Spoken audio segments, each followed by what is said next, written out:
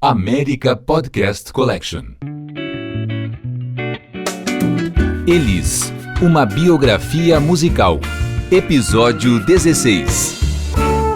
Bom, gente, aqui é o Arthur de Faria. A gente está no finzinho dessa história. Chegamos ao último capítulo da nossa série Elis, uma biografia musical baseada no livro de mesmo nome, escrito por esse amigo de vocês. Em 1979, quando saí para fazer uma maratona de 5 meses com o show Essa Mulher, deu para ver a grande diferença entre o Brasil que eu imaginava e o Brasil que existe realmente. Eu imaginava o que tinha aprendido na escola e de repente me senti com a sensação de quem está sentado em cima de um barril de pólvora. A gente que tem sensibilidade um pouco mais aguçada sente o que pode acontecer, o que nos espera, o descenso econômico, o empobrecimento, a miséria que se abateu sobre o país, mas cedo ou mais tarde pode dar uma catástrofe. Olha, depois do Saudade do Brasil foi só uma arruação, essa coisa arrastada, cheia de picuinhas. Em março eu estava finalmente decidida a abrir um restaurante e parar de cantar profissionalmente. Um restaurante não, um bar para os amigos tocarem e de vez em quando eu ainda cantar. Mas parar com aquela merda porque eu não aguentava mais.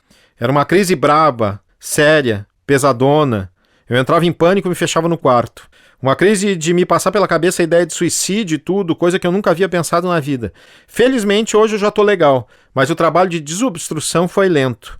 Quando eu puder respirar mais livremente, vou me apaixonar pela música de novo. Tudo isso são trechos de uma entrevista que a Elis deu para o amigo jornalista gaúcho, Juarez Fonseca, nessa época quando ela foi a Porto Alegre fazer o show Trem Azul, na sua última passagem pela cidade. Essa entrevista, uma entrevista longa e cheia de declarações fortes como essa, foi vetada pelo editor e não saiu no jornal onde o Juarez trabalhava então, a 0 hora, porque o editor disse que não dá para publicar isso aí, parecem declarações de uma drogada. O fato é que esta mulher, que naquele momento estava um pouco recuperada desse momento muito punk, estava cheia de projetos. Um deles, que infelizmente não saiu do papel, imaginem a maravilha desse disco, era Canções do Villa-Lobos. A Elis e o violonista Turíbio Santos, que segue aí na ativa e que é um grande intérprete de Villa-Lobos, estavam planejando um disco com participação do Quinteto Villa-Lobos também, de canções do Villa-Lobos, né, com as canções extraídas de diversas peças do Villa-Lobos, iam fazer um descasso. Mas no fim não conseguiram fechar a agenda, não podia, e aconteceu aquele probleminha, que é o fato de que a Elis morreu. Morreu antes de realizar muitas coisas, mas deixou antes disso alguns registros incríveis. 2 deles são impressionantes. A última gravação dela, que é um compacto com Me Deixas Louca, que ela gravou com a Rita Lee junto com ela no estúdio. Foi a última vez que elas se viram em carne e osso. A Rita conta que a Elis deitada no colo dela, chupando o dedo como se fosse um nenê, e se fazendo de boba, e perguntando até que eu canto direitinho, né, e tal. E a outra são 2 canções interpretadas na TV Record no dia 31 de dezembro, para um especial de fim de ano, que é Me Deixas Louca e O Trem Azul. É impressionante, a gente pode ouvir isso, mas depois vocês vejam isso. Porque é impressionante a energia dessa mulher que parece que vai explodir. Os músicos chegam a se olhar assim, rindo um com o outro, né? O Luizão e o Nathan Marques em determinado momento. Quando começa 1982, ela parece serenada, né? Ela é um mito no auge da carreira, tá feliz, tá namorando um cara que era seu advogado, o Samuel McDowell, um cara com uma vida completamente diferente da dela, sujeito todo certo, organizado e tal.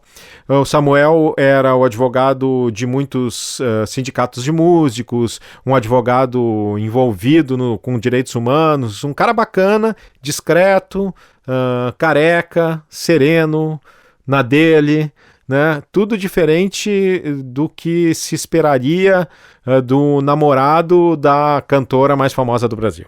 No dia 5 de janeiro, ela deu a sua última entrevista para o programa Jogo da Verdade da TV Cultura, que também é facilmente encontrável no YouTube e vale a pena ver. Essa entrevista também está num DVD que acompanha a reedição do disco Elis, de 1980, pela Trama. Nessa entrevista ela fala muito de muitas coisas, como sempre. Ela não está agressiva nem arredia, mas ela está botando o dedo na ferida de um monte de coisas. Compra a briga com as gravadoras, compra a briga com a Ordem dos Músicos do Brasil, que já era então presidida por um sujeito que só saiu da presidência da Ordem dos Músicos para a cadeia, o que dispensa maiores comentários, né? Foi diretor da ordem durante 40 anos. Ele começa dizendo, Elis Regina, minha amiga, e ela começa dizendo, só um pouquinho, em primeiro lugar, eu não sou sua amiga, eu escolho muito bem os meus amigos, e vai. Ela fala também muito de uma geração que estava pirando o cabeção dela, uma geração que começava a aparecer em São Paulo nesse momento, que era a turma capitaneada pelo Arrigo Barnabé e pelo Itamar Assunção. Ela era especialmente louca pelo Arrigo Barnabé naquele momento. Inclusive tem uma história muito curiosa. O primeiro contato que ela tem com o Arrigo, ela era jurada de um festival onde o Arrigo apresentou uma canção que é Sabor de Veneno, uma canção estranhíssima para os padrões da época, estranhíssima até hoje, né, como grande parte da obra do Arrigo. E que, inclusive, quando a banda cantava Sabor de quê? Sabor de quê? O público que estava odiando gritava, de merda! E a Elis adorou aquilo. A Elis achou aquilo o máximo, comprou briga com os outros jurados, conseguiu classificar a canção e ficou muito fã do Arrigo. Um belo dia ela chama o Arrigo Barnabé para conversar com ela e tal, e diz, olha bicho, eu tô aí, gosto muito do teu trabalho, se tu quiser escrever uma canção tua em algum outro festival, pode me chamar para cantar que eu canto. Vocês imaginem isso para um compositor então desconhecido, da cena underground, receber uma proposta dessa. O Arrigo ficou louco.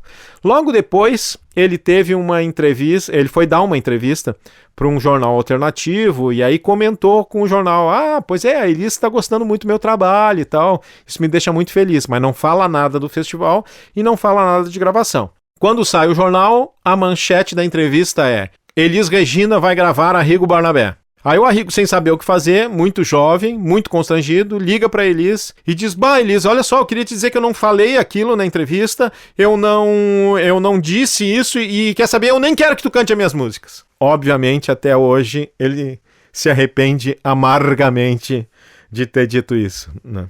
Mas aí o interessante é que nessa entrevista do Jogo da Verdade, a Elis, depois disso tudo acontecido, dá um tapa de luva que só ela e o Arrigo entenderam na época. Eu mesmo só fui entender quando o Arrigo me contou essa história. Que ela diz o seguinte, eu não quero de maneira nenhuma de repente ser taxada de uma pessoa integrante da chamada cultura oficial que vai estar cantando essas coisas para diluir o seu peso e a sua medida. Eu acho que o Arrigo tem que fazer as coisas dele, sabe? A marginalidade que eu tenho dentro de mim e que eu me realizo assistindo ele fazer é melhor que ele faça do que essa coisa ser olhada como, sabe? Quando você me anuncia, você diz cantora mãe de 3 filhos. Essa colocação, cantora mãe de 3 filhos, jamais vou colocar esse peso em cima de uma música do Arrigo, porque eu vou diluir o negócio. É um momento em que você tem que saber quando é que você vai tirar o seu time de campo para que essa contracultura exploda. Não vai eu colocá-la de lado e colocar, sabe, aquela minha suposta postura careta. Tem uma certa hora que a gente tem que sacar esse peso que a gente tem de cultura oficial, ainda que a gente não se considere e não seja efetivamente. É deixar esse negócio explodir, que esse ruído venha auxiliar o que você está querendo colocar para frente. O importante é a gente não fazer jogo, a gente não aceitar jogo, a gente continuar, sabe, fora. É parada de sucesso? Então como é que é uma não parada de sucesso? E aí a gente chega na história da morte da Elis, né? Uma morte muito polêmica e tal. Samuel e a Elis tinham tido uma discussão na noite anterior, porque o Samuel e a Elis tinham tido uma discussão na noite anterior, o tema era morar ou não morar juntos, porque ambos tinham seus filhos e rotinas muito diferentes. Inclusive a Elis contou para a Rejane, essa amiga toda de toda a vida, disse, imagina ele chegando em casa numa sexta-feira com uma pilha de processo debaixo do braço para ler e estudar no fim de semana, e eu com a casa cheia de gente barulhenta, cantando, tocando, aquela zorra. Não vai funcionar, vivemos em mundos muito diferentes, melhor cada um no seu canto. Mas o Samuel queria morar com a Elis, queria que eles casassem. Tiveram essa discussão, desligaram, depois de um tempo liga de novo, discute mais um pouco e tal, e a coisa se acalma. Na manhã seguinte, 9h30 da manhã, a Elis liga para o Samuel, já no número do escritório dele, calma, conciliadora, eles vão se entendendo, mas a voz dela começa a soar pastosa, ela para de responder e o Samuel entra em pânico, né? Pega um táxi e se manda para o apartamento da Elis. Chegando lá, a primeira pessoa que ele vê é o João Marcelo, que então com 11 anos, e aí eles vão arrombando porta até chegar no quarto da Elis, que estava trancado, e ela já lá, overdosada, chama uma ambulância, a ambulância demora, eles decidem pegar um táxi, e aí quando ela chega no hospital ela já está morta. O velório é espantoso, né? O velório é feito no Teatro Bandeirantes, o mesmo que recebeu o Falso Brilhante. 25 mil pessoas passam pela fila para subir no palco onde está o corpo. Muitos sentam para chorar na plateia durante toda a noite, durante toda a madrugada, durante o dia seguinte. E aí o corpo da Elis vai num carro do Corpo de Bombeiros que leva 1h30 para percorrer os 15 quilômetros até o cemitério do Morumbi. Ao longo do caminho, milhares de pessoas cercando o caminhão, gritando Elis, jogando papel picado, pétalas de rosa. É um momento de comoção nacional. Todo mundo que tinha mais do que 15 anos nessa época lembra onde estava quando teve a notícia da morte da Elis. Só que a bomba viria uma semana depois, quando é divulgado o laudo da morte. Só então as pessoas ficam sabendo que a causa-morte da Elis, até então de causas desconhecidas, anunciado oficialmente, tinha sido overdose de ingestão de cocaína, né? Na verdade, mistura de cocaína com álcool. Ela bebeu a cocaína misturada no uísque e isso levou ela à morte. Ela usava a droga há muito pouco tempo, não sabia administrar, não sabia nem como se fazia direito, não quis cheirar para não prejudicar a voz e tal. E aí foi. Esse escândalo aumentou por várias coisas, né? Uma delas, a revista Veja, que nunca decepciona quem espera o pior, deu uma manchete de capa dizendo a tragédia da cocaína, né? Com a Elis, uma matéria absolutamente sensacionalista. Foi aí que o Caetano parou de falar com a revista Veja, se recusou a dar entrevistas para a revista.